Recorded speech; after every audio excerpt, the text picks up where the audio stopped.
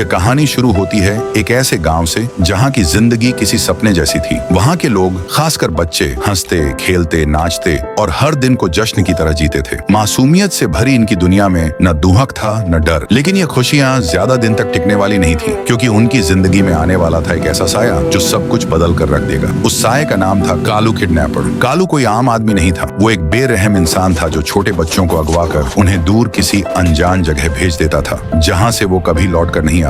हर गांव, हर गली में उसका खौफ था। और अब उसकी नजर पड़ी थी उस गांव पर जहां रहता था राय स्टार और उसका परिवार। राय स्टार का एक छोटा बेटा था, चिंटू, जिसे वो अपनी जान से भी ज्यादा चाहता था। एक शाम का वक्त था। चिंटू अपने दोस्तों के साथ बाहर खेल रहा था। तभी राय स्टार दरवाजे पर आया और पुकारा, बेटा चिंटू, चलो अंदर आ जाओ, बहुत रात हो गई है। चिंटू बोला, पापा बस थोड़ी देर और खेलने दो ना। राय स्टार ने थोड़ा सख्ती से कहा, नहीं बेटा, आज नहीं। सुना है गाँव में बच्चे गायब हो रहे हैं, अब अंदर चलो। चिंटू थोड़ा उदास मन से घर चला गया। पर अगले दिन कुछ ऐसा हुआ जिसने राय स्टार की जिंदगी बदल दी। चिंटू स्कूल गया, लेकिन जब दोपहर बीत गई और वो अब तक वापस नहीं आया, राय स्टार बेचैन हो उठा। तभी एक छोटा लड़का जो चिंटू के साथ पढ़ता था दौड़ता हुआ आया। हांफते हुए बोला, राय स्टार अंकल, दो लोग आए और चिंटू को पकड़कर गाड़ी में डालकर ले गए। ये सुनते ही राय स्टार की आंखों में आग जल उठी। उसने बिना वक्त गंवाए अपनी बाइक उठाई और निकल पड़ा, अपने बेटे को ढूंढने, उस राक्षस से लड़ने जिसे दुनिया कालू किडनैपर के नाम से जानती थी। दूसरी ओर कालू चिंटू को एक अंधेरे गोदाम में ले गया था। डर के साए में बाकी बच्चे सिसक रहे थे, पर चिंटू निडर खड़ा था। कालू ने कहा, मत रो बच्चों, यहाँ कोई नहीं आएगा तुम्हें बचाने।